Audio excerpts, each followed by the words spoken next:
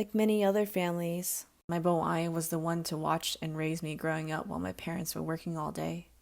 She passed away around this time 4 years ago, and nothing has been the same since. She was my main caretaker and the one to teach me how to speak Vietnamese. The only person I ever felt comfortable speaking with, actually.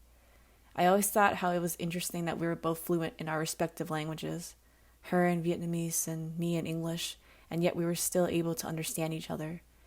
There isn't a word in English that accurately translates the meaning of con. It loosely translates to my child. My child, why are you misbehaving? She would say in tears. My child, please come home early. I have fresh cooked rice from you.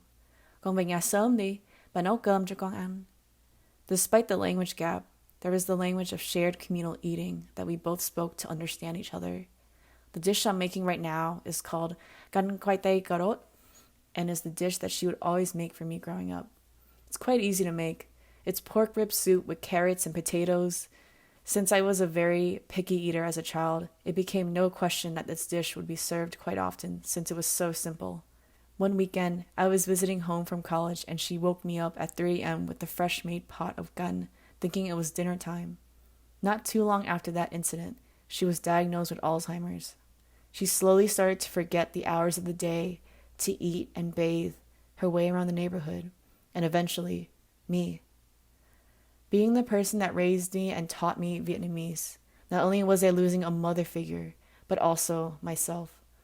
Handling this situation to the best of my family's abilities, I was forced into the role of caretaker during one of my college summer breaks.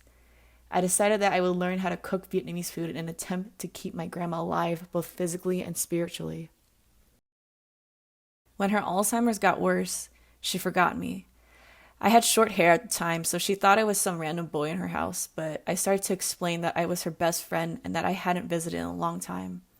It took a little warming up, but she finally lit up and frantically searched the kitchen for utensils and ingredients to cook with. To no avail, since we had child-proofed the stove for her own safety. She then called my name out loud. Da? Da ơi! To come and cook so I can cook for the stranger, myself. She remembered me and didn't remember me.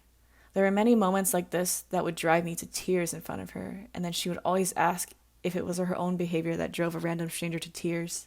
She knew and she didn't know at the same time. It's funny. Now I was the one cooking gun for a child. Mày là ai vậy? Đồ ăn này là cái gì vậy? Who are you? What is this dish? My grandma asked me as I handed her a fresh bowl of gun.